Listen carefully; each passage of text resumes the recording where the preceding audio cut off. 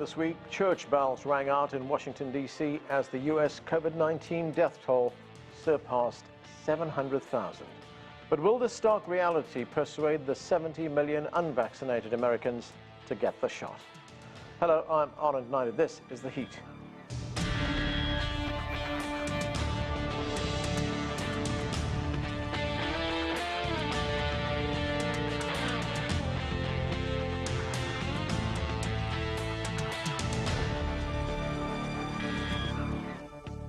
U.S. President Joe Biden spoke with Chicago area companies to address the importance of vaccine mandates.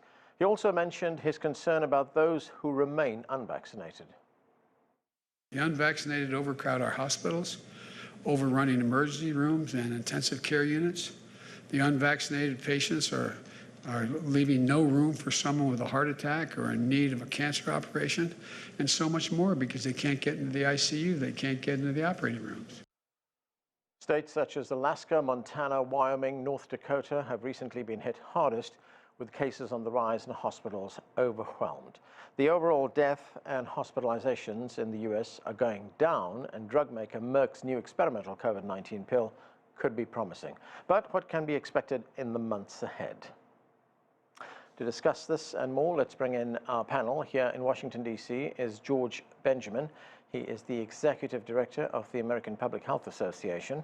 Joining us from Madison, Wisconsin, Michael Wagner is an Associate Professor and the Louis A. Mayer Faculty Development Fellow at the University of Wisconsin's School of Journalism and Mass Communication. From St. Louis, Missouri, we're joined by Dr. Ziyad Al-Aly. He is the Director of the Clinical Epidemiology Center and the Chief of Research and Education Service at the Veterans Affairs St. Louis Healthcare System.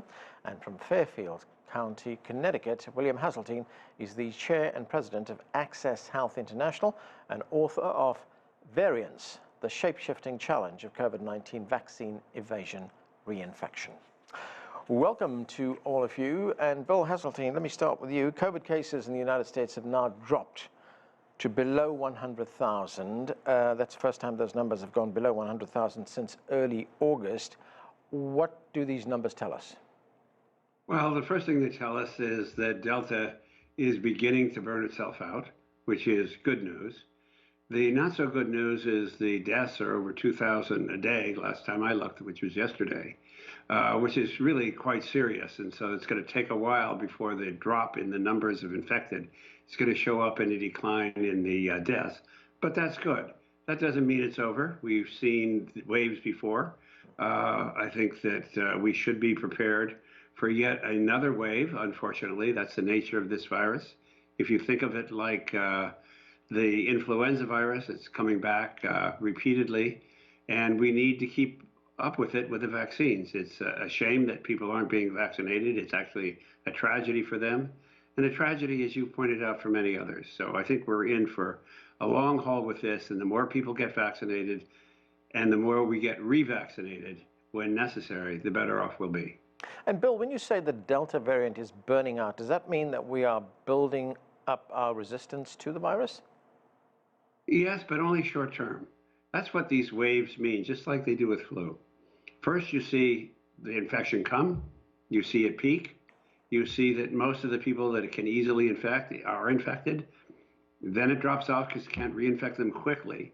But after a few months, it can reinfect, and it can change enough so that its next version can reinfect even more easily. So I think we are going to be living with successive waves, and only thing that can dampen them at this point is a very high vaccination rate. And even that won't be foolproof, as it isn't with the flu. George Benjamin, one other development we have is that Pfizer is seeking FDA emergency authorization of its vaccine now for children aged 5 to 11. How much of a game changer will that be, given that there is a fair amount of skepticism among parents on the safety of the vaccine? You know, we've got about 28 million kids that need to get this vaccine. And I think it's a game changer. And you're right. Parents are going to have questions about the safety and efficacy of the vaccine.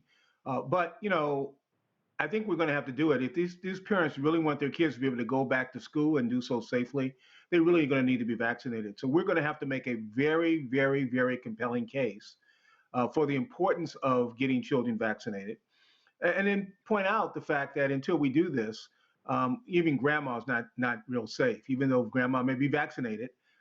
As Bill pointed out earlier, this thing can come back until we get everybody vaccinated, and we're going to have to make a compelling case at that point. So, George, no doubt, there would be many parents who are waiting for this decision from regulators.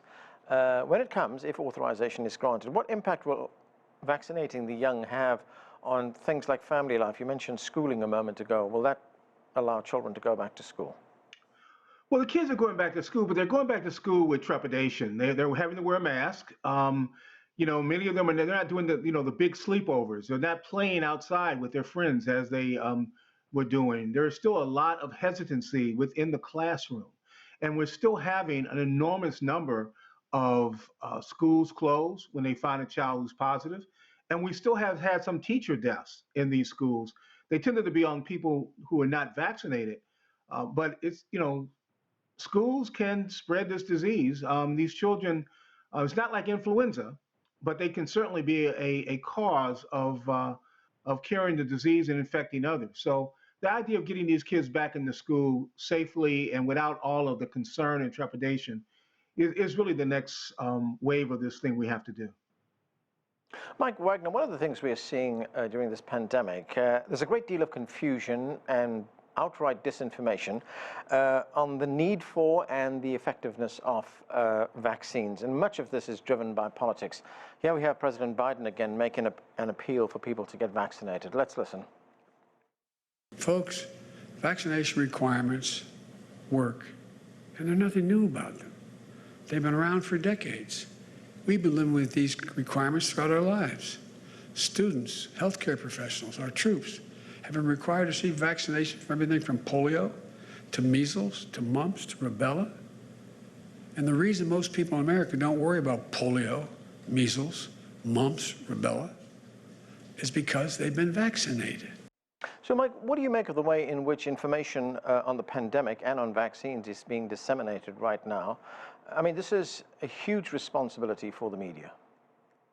It's a big responsibility for the media, for our political elites, for the medical professionals who are doing the communicating to the public. And it's also a responsibility for those of us in the citizenry who are seeing these messages on the news and sharing them on social media. And one problem is that people are sharing uncritically messages about vaccines, about their efficacy, about their origin that are not true. And these are serving to sow greater vaccine skepticism in some corners of the public, which of course is the precise thing we don't want when we are trying to mitigate this pandemic. Ziyad Al-Aly, as the president just said a moment ago, children have been taking vaccines for decades. But if we look at the anger and division that this pandemic has been causing over the COVID vaccine, I mean, it really is unprecedented. Do you think that the country can really overcome fully this pandemic if these divisions and these questions continue? Well, it's really unlikely that we're going to really control the pandemic and control it very well and expeditiously if we don't really come together and in an apolitical manner address the issues with the broader issue with the pandemic and the specific issue with the vaccines. We know vaccines work, but we also know that the issue in America has been tremendously politicized by both parties, unfortunately, and that's really unfortunate thing for public health, and it really is costing us. It's costing us, health and treasure, and the hope is that America will redirect itself to a safe space where public health isn't really politicized in this country. What do you think it's going to take to get to that safe space that you talk about? I think actively combating misinformation and disinformation and actively combating and neutralizing gaslighting and really for the politicians to really step aside and really allow public health to really do its job in this country.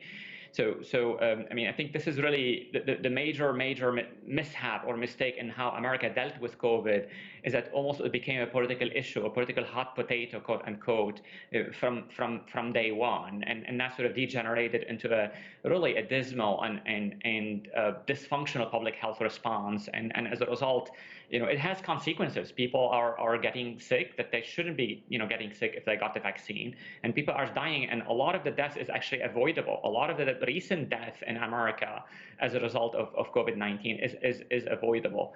And what we're not talking about is really also the tip. We're talking about the tip of the iceberg. What we're not talking about, what's beneath that iceberg, is really the suffering from long COVID that the 44 million people American are at risk of, and the 44 million people who got COVID-19 who are at risk of developing long COVID, with its really serious downstream ramifications on life expectancy and health outcomes. Bill, I want to get to some of the other issues concerning the pandemic, but first, what is your opinion on the vaccine for children aged 5 to 11? What kind of impact do you think that will have? Well, it'll have a big impact because children get and transmit the virus as effectively as adults. Anybody who has children or grandchildren know that's the way you get your colds, that's the way you get your flu, and that's the way many people will get COVID. Most COVID today is contracted in family settings. So it can make a big difference. I think all the previous speakers, Mike had it right, George has it right, Al-Aly has it right. It's going to make a big difference. The other thing to say is we have enormous experience now on the safety of these vaccines. If you take all the vaccines together, there are well over 1 billion people, almost 2 billion now, who've been vaccinated. We know that these are safe, at least for adults, and the data that's coming in looks like it's going to be safe for children. So the safety issue isn't the issue. The protection issue is not particularly the issue. The effect is going to be important.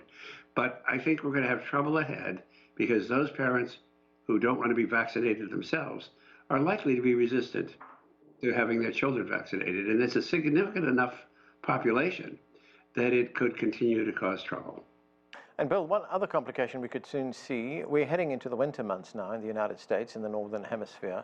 There are those who are warning of what they refer to as twindemics, that is the COVID pandemic as well as flu.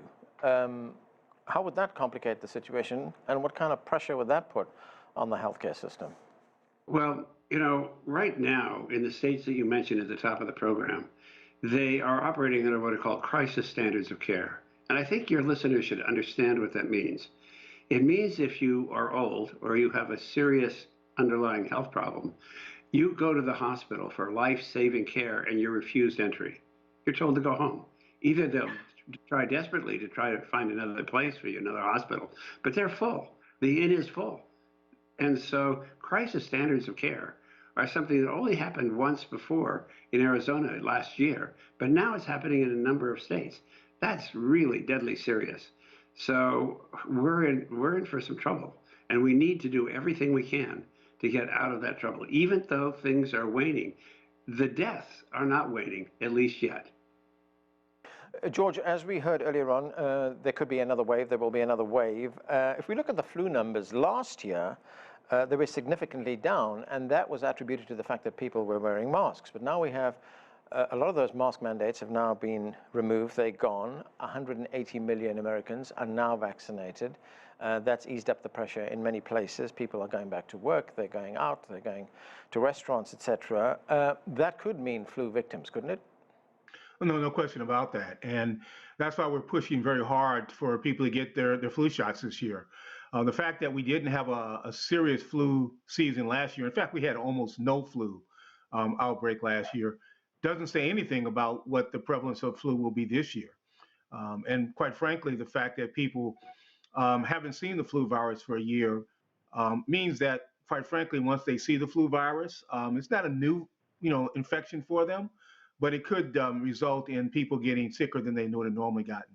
So the flu vaccine is going to be essential. And how important would it be for people to get that flu vaccine, that shot, because would it make them more vulnerable to COVID if they don't get it?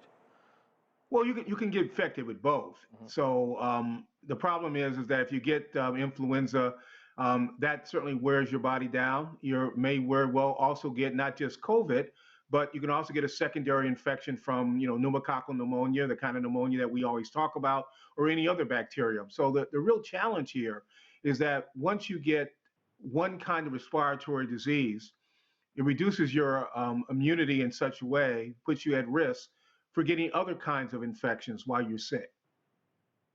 Mike Wagner, public opinion changes so quickly on what the healthcare system is doing and what doctors are doing, etc. Here's one doctor talking about that and his frustration about that. Let's listen.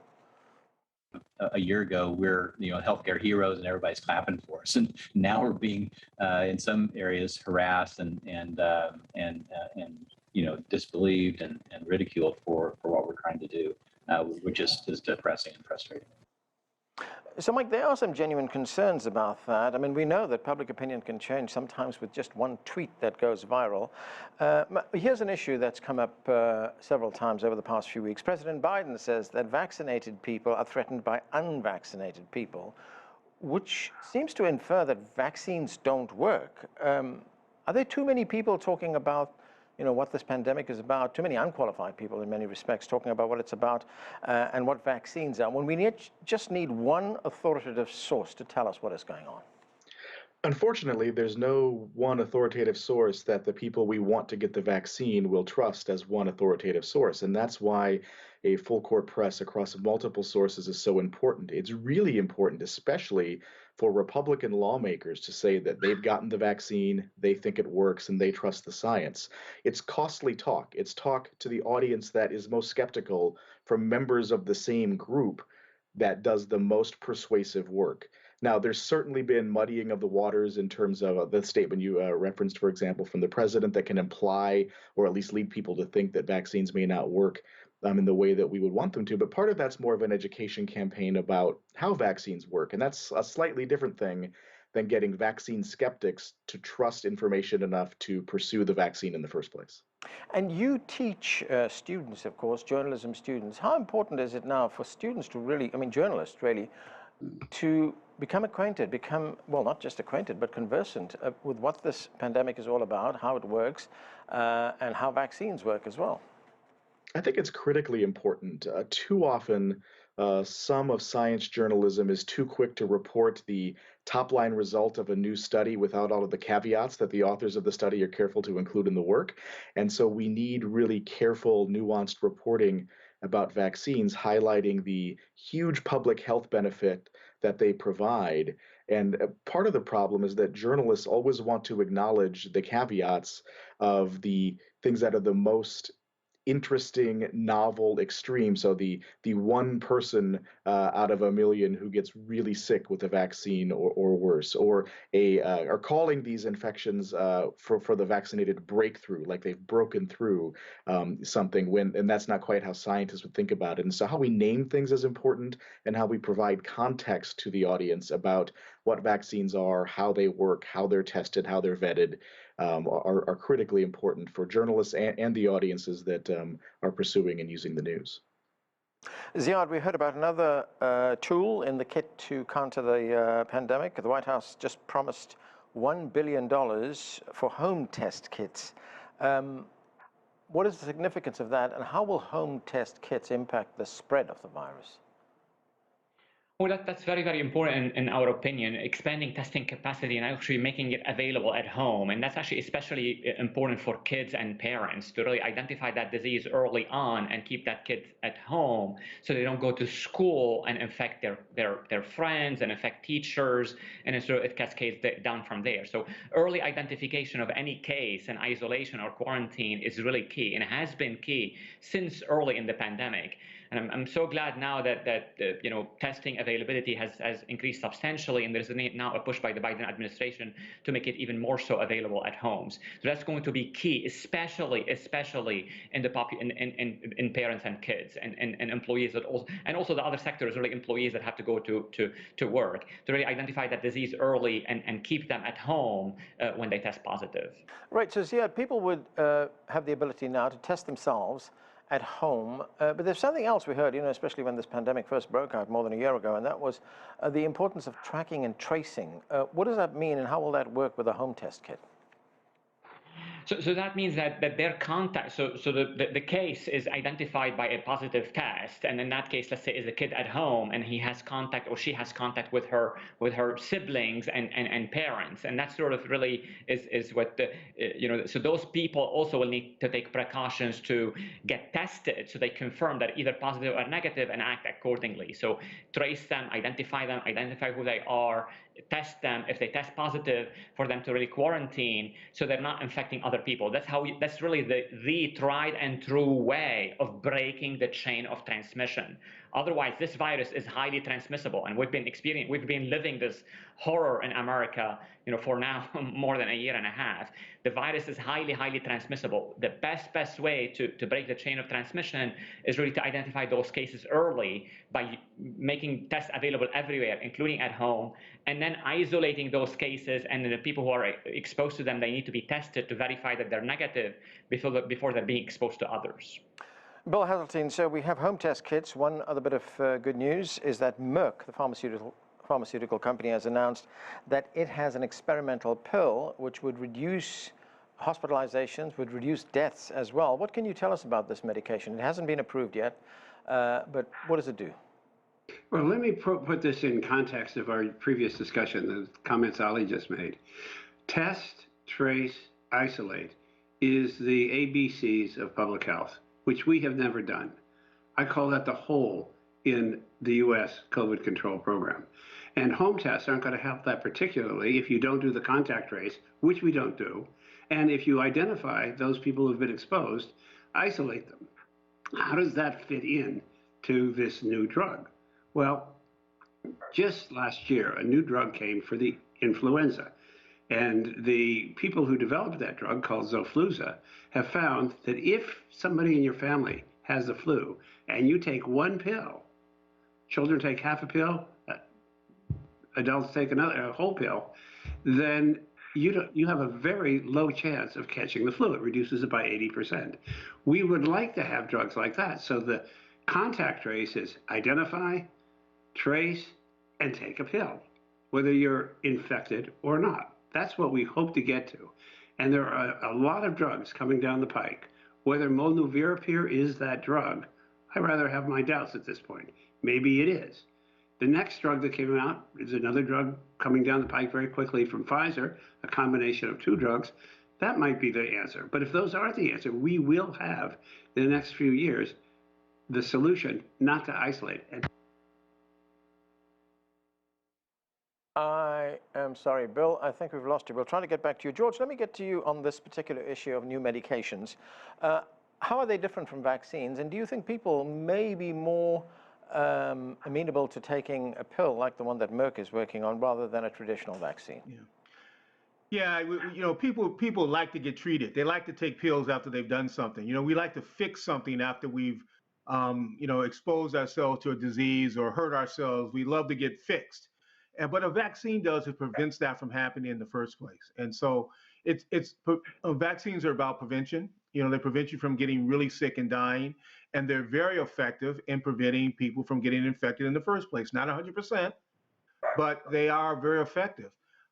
Those pills are an addition to that. So it means that if you do get infected, you can then get these pills, which can reduce your risk of dying or going into the hospital. But the idea is you have to, know that you're infected. So you have to have a way of knowing that, and that's a test.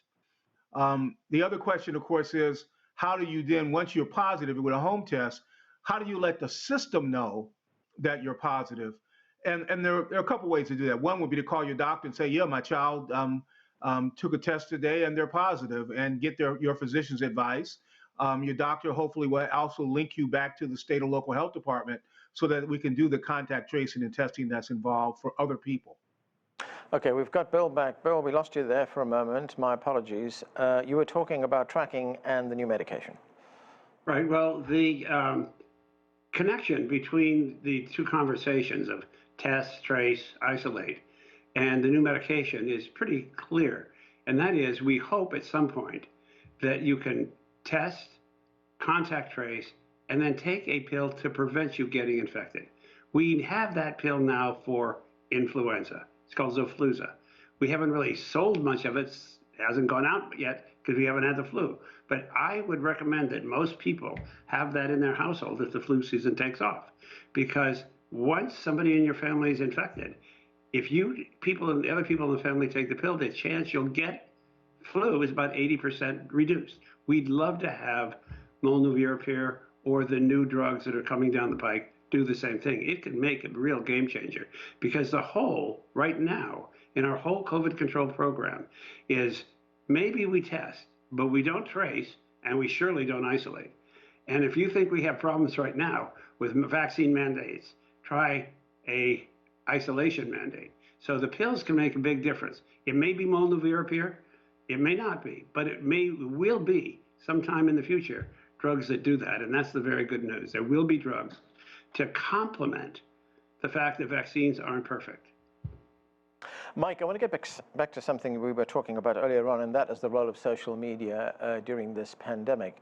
I mean, one could have the best qualified journalist on the beat, on the health beat, covering the story, but we have social media which is unregulated, and we've seen that. We've seen how this kind of disinformation is disseminated in places like Facebook, Instagram, and Twitter. It spreads disinformation, it spreads rumors, etc.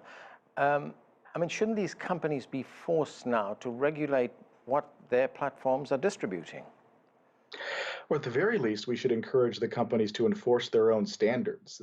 The standards on all of these social media platforms, say that you can't be saying the kinds of things that we would not want people to say, that are outright falsehoods, and the spreading of actual disinformation, which is often tied to other kinds of communication that also violate the standards of these social media platforms. But certainly, I think regulation is an avenue that our lawmakers ought to consider in terms of trying to figure out the best way to get the best information to the audience that's the most skeptical. And that's a really hard thing to do, because that's the place where we see the kind of the unvirtuous circles of misinformation continuing to spread and get shared and continue to amplify people's skepticism or outright disbelief about what it is the medical community and the government are working to do to try to combat the pandemic. Okay, and that's where we have to leave it. We have run out of time. Thank you to all of you for being with us. I'm Arnold Naidu in Washington, D.C. Thanks for watching.